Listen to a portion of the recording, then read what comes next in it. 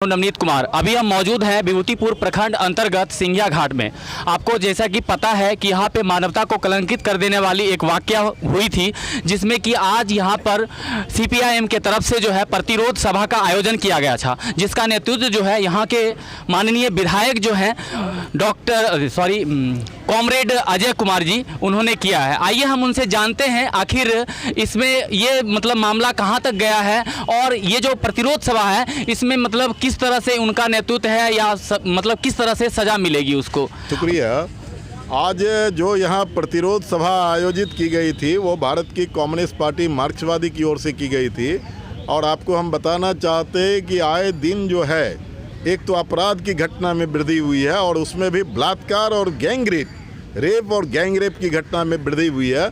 और उसके पीछे हमारी पार्टी की समझ है कि इस बिहार के अंदर जब गैंग रेप की घटना में वृद्धि तब हुई जब आप शेल्टर होम की घटना मुजफ्फरपुर में घटी थी, मधुबनी में घटी थी, दीघा में घटी थी और सभी जगह जो घटना घटी थी उसके पीछे ही राज सत्ता में बैठे हुए लोग थे।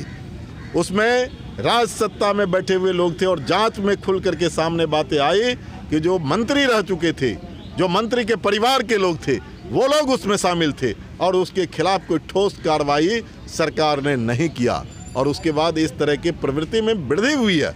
दूसरी बात है कि वृद्धि होने का एक और भी कारण है, इस समाज के अंदर अश्लील साहित्य और सिनेमा उसका बहुत बड़ा असर पड़ रहा है। मल्टीनेशनल कंपनी जो हमारे देश के अंदर जो बुलाया गया, वो मल्टीनेशनल कंपनी अपने उत्पाद को बेचने के लिए नग्न तस्वीर जो पेश करती है कई चीज़ों के बिक्री के लिए, इन सारे चीज़ों से लोगों के मानसिकता को दूषित करता है। और फिर शराब का भी इसमें बड़ा रोल है। शराब को बंदिश किया गया है लेकिन वो बंदिश हुआ नहीं, घर घर होम डिलीवरी हो रहा है और उसके पीछे कई अपराध की घटना में वृद्धि हो रही है। और इसी सवाल को लेकर के आपको हम बताना चाहते हैं कि पिछले 11 तारीख को रात में जो है एक बच्ची, इसी गांव की एक बच्ची जो है वो दलित बच्ची थी, छोटी बच्ची थी, वो दुकान से काम करके लौट रही थी और उसको 3 लड़कों ने उठा करके ले गया और उसके साथ बारी बारी से गैंग रेप की घटना किया। वो बच्ची किसी तरह अपने घर पहुंची, घर पहुंचने के बाद वो अस्पताल गई, अस्पताल के बाद उसको समस्तीपुर रेफर किया। लेकिन यहाँ पर जो है विभूतिपुर की पुलिस ने पहले ही रात एक को गिरफ्तार किया और उसके बाद दूसरे दिन दूसरे को किया और तीसरे दिन उसने तीसरे को गिरफ्तार किया। सवाल गिरफ्तारी करने से बात ख़त्म नहीं हो जाती, बल्कि अपराधियों के मनोबल को तोड़ने के लिए, दूसरा है कि जो पीड़ित है, जो महिलाएं, बच्चियां, उसको आत्मबल को बढ़ाने के लिए इस तरह के प्रतिरोध सभा करना जरूरी होता है। और यहाँ तो गिरफ्तारी हुई, लेकिन रोसड़ा की घटना में जो थथिया में घटना घटी अभी तक गिरफ्तारी नहीं हुई। आज उसका कुर्की वारंट रात में हमको बताया कि निकाला गया है। माहे सिंघिया में जो घटना घटी वो तो और भी घृणित घटना है। बाप मिल करके, बेटा मिल करके, फिर जो है क्या कहते हैं पूर्व मुखिया मिल करके, फिर और भी कई लोग मिल करके, वो लड़की अंत में हार करके वो पुलिस स्टेशन में जा करके उसने अपना बयान दिया।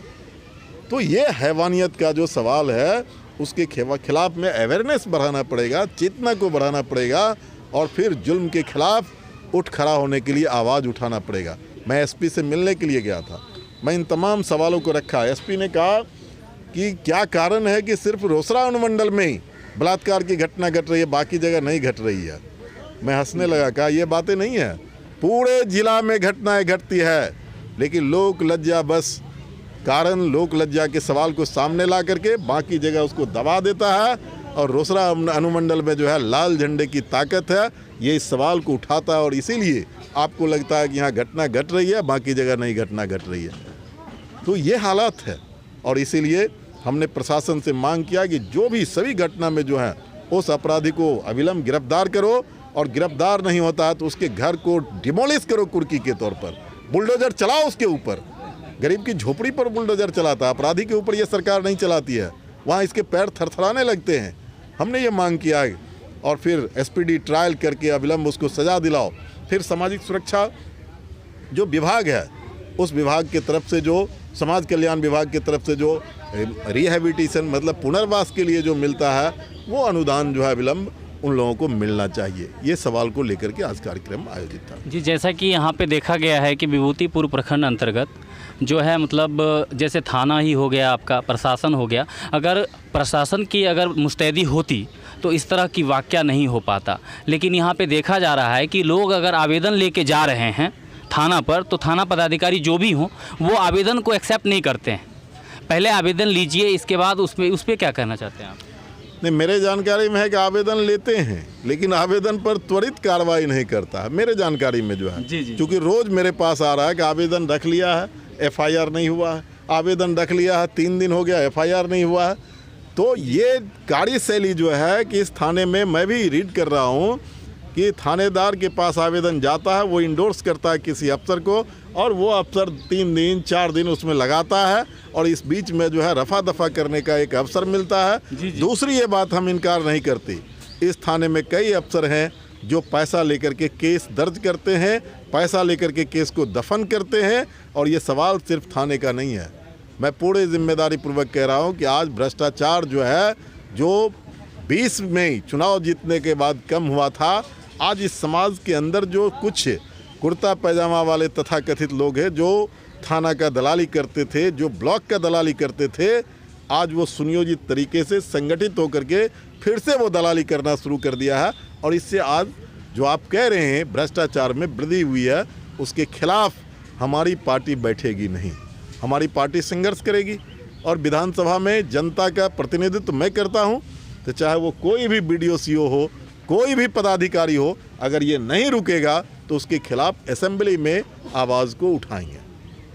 जी, मतलब आपके नेतृत्व में आप विधायक हैं, स्थानीय हैं, मतलब विभूतिपुर कितना सुरक्षित है अभी वर्तमान में? नहीं, विभूतिपुर में अगर कंपेयर कीजिएगा तो 2019-18-20 से पहले यहाँ जब केसी भारती एक दरोगा होता था, वो सुबह में उठता था और 12-1 बजे तक, जब तक 50,000 रुपया नहीं पुरता था तो वो घर दातुन करने के लिए ब्रश करने नहीं जाता था। तो वो परिस्थिति आज नहीं है। मैं कह सकता हूँ, मैं पूरा दूध का धोया हुआ पूरा थाना है मैं नहीं कह सकता, लेकिन मैं ये कह सकता हूँ कि कोई अपराधी जो पहले नंगा के तरह करता था, रिनॉल्ड हिस्ट्री सीटर, वो अब उस तरह नहीं कर पा। दूसरा, दारू के धंधेबाज के ऊपर नकेल कुछ कसा गया है, लेकिन दारू के धंधे को एक थाना प्रभारी का हिम्मत है कि पूरा नकेल कस दे? इस धंधे में तो आपको मालूम है ऊपर तक लोग लगे हुए हैं। हाँ, राम सूरत राय उसके मंत्री, उसके घर, उसके स्कूल में ही दारू पकड़ाया।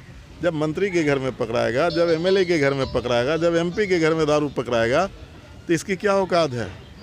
इसलिए कंपेयर मैं करूँगा कि व्यवस्था किनका है। MLA का तो व्यवस्था नहीं है, यहाँ पर डबल इंजन की सरकार है, उसकी व्यवस्था है, और उसी के मातहत विभूतिपुर भी आता है। एक BDO का पोस्टिंग होता है पैसे लेकर के, CO का पोस्टिंग हो रहा है पैसे लेकर के, कौन इनकार कर सकता है? मुख्यमंत्री ने जो है मंत्री के पोस्टिंग का जो चिट्ठी निकली उसको रोका, यह कह करके कि इसमें गड़बड़ी हुई है। ये तो स्वीकार कर रहे हैं, क्यों नहीं उस मंत्री को बर्खास्त करते हो? क्यों नहीं करते हो? और जब कोई अफसर पैसा दे करके आएगा तो वो तो लूट करने का कोशिश करेगा। पैसा कहाँ लिया जाता है, ये छिपी हुई बात है क्या? पहले RCP टैक्स के नाम से लोग जाना जाता था, अब फिर कोई नया नाम सामने आ जाएगा, नया नाम सामने आ जाएगा। पोस्टिंग, नौकरी, ज्वाइनिंग, सब जगह ये गड़बड़ी हो रहा है। इसीलिए मैं नहीं कह सकता, मैं खुलेआम कह रहा हूँ कि ये सब गड़बड़ियाँ हैं। हमारी कोशिश है कि इसको हम कम करें, हमारा प्रयास है कि इसको कम करें। इस प्रयास में हम लगे हुए हैं। जी, धन्यवाद। तो यहाँ पे आप